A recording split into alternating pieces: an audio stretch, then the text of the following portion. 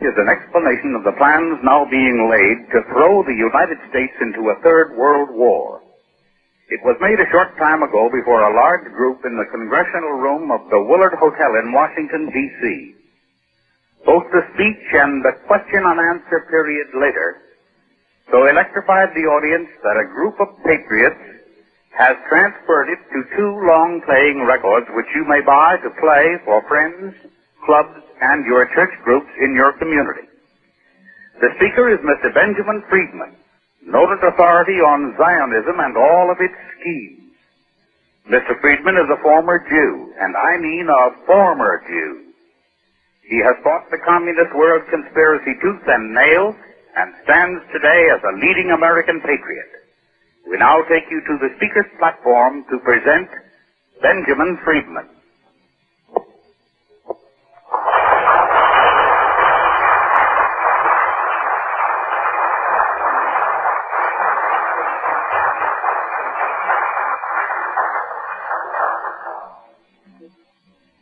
What I intend to tell you tonight is something that you have never been able to learn from any other source. And what I tell you now concerns not only you, but your children and the survival of this country and Christianity. I'm not here just to dish up a few facts to send up your blood pressure, but I'm here to tell you things that will help you preserve what you consider the most sacred thing in the world, the liberty and the freedom and the right to live as Christians, where you have a little dignity and a little right to pursue the things that your conscience tells you are the right things as Christians. Now, first of all, I'd like to tell you that on August 25th, 1960, that was shortly before election, Senator Kennedy, who is now the President of the United States, went to New York and delivered an address to the Zionist Organization of America. In that address, to reduce it to its briefest form, he stated that he would use the armed forces of the United States to preserve the existence of the regime set up in Palestine by the Zionists, who are now in occupation of that area. In other words, Christian boys are going to be yanked out of their homes, away from their families, and sent abroad to fight in Palestine against the Christian and Muslim Arabs who merely want to return to their homes. And these Christian boys are going to be asked to shoot to kill these innocent people who only want to follow out 15 resolutions passed by United Nations in the last 12 years, calling upon the Zionists to allow these people to return to their homes.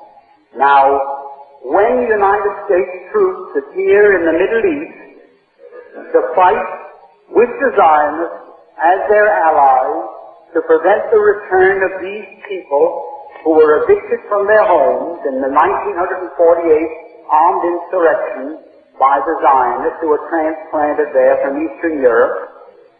When that happens, the United States will trigger World War III.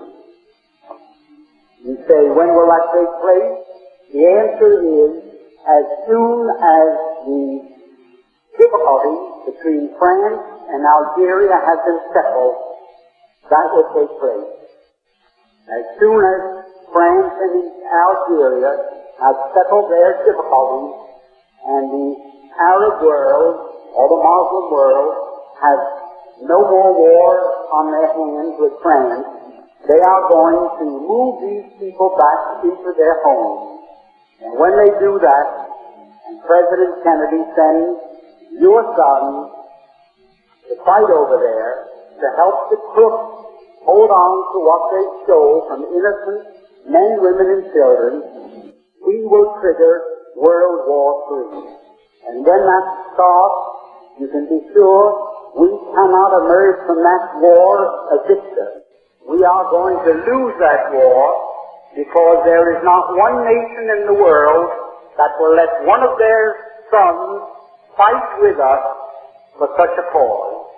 I know and speak to these ambassadors in Washington and at United Nations, and of the 99 nations there, I've consulted with maybe 70 of them, and when we go to war in Palestine to help the thieves retain possession of what they have stolen from these innocent people, we're not going to have a man there to fight with us as our allies.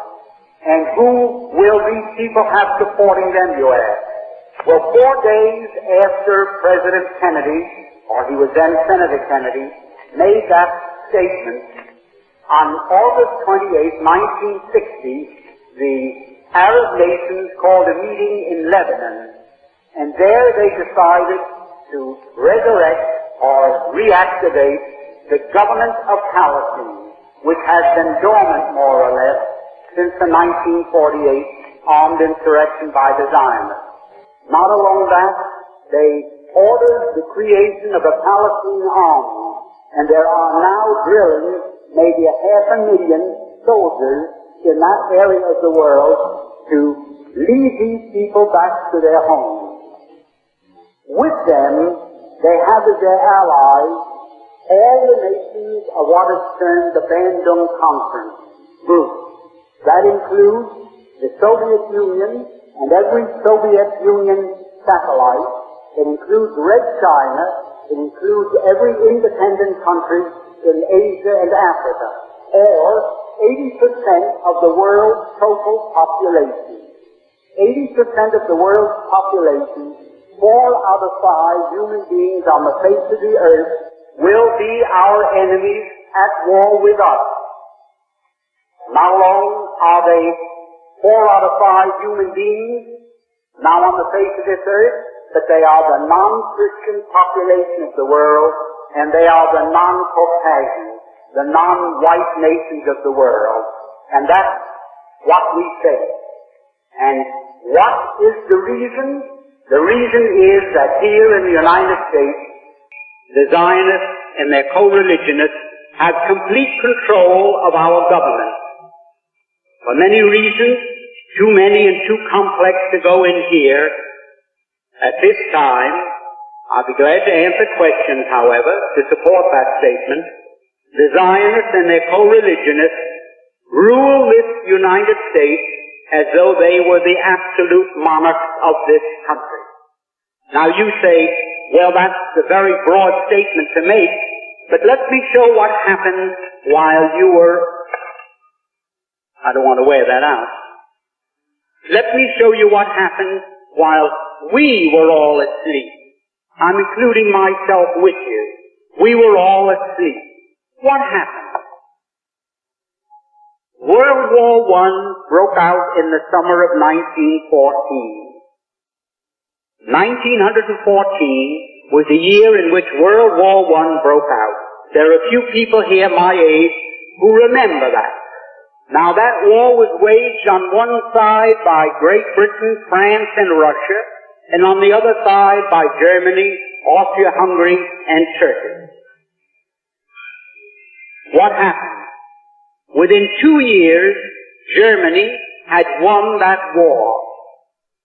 Not alone won it nominally, but won it actually. The German submarines, which were a surprise to the world, had swept all the convoys from the Atlantic Ocean, and Great Britain stood there without ammunition for her soldiers, stood there with 1 week's food supply facing her, and after that, starvation. At that time, the French army had mutinied. They lost 600,000 of the flower of the French youth in the defense of Verdun on the Somme. The Russian army was defecting. They were picking up their toys and going home. They didn't want to play war anymore. They didn't like the Tsar.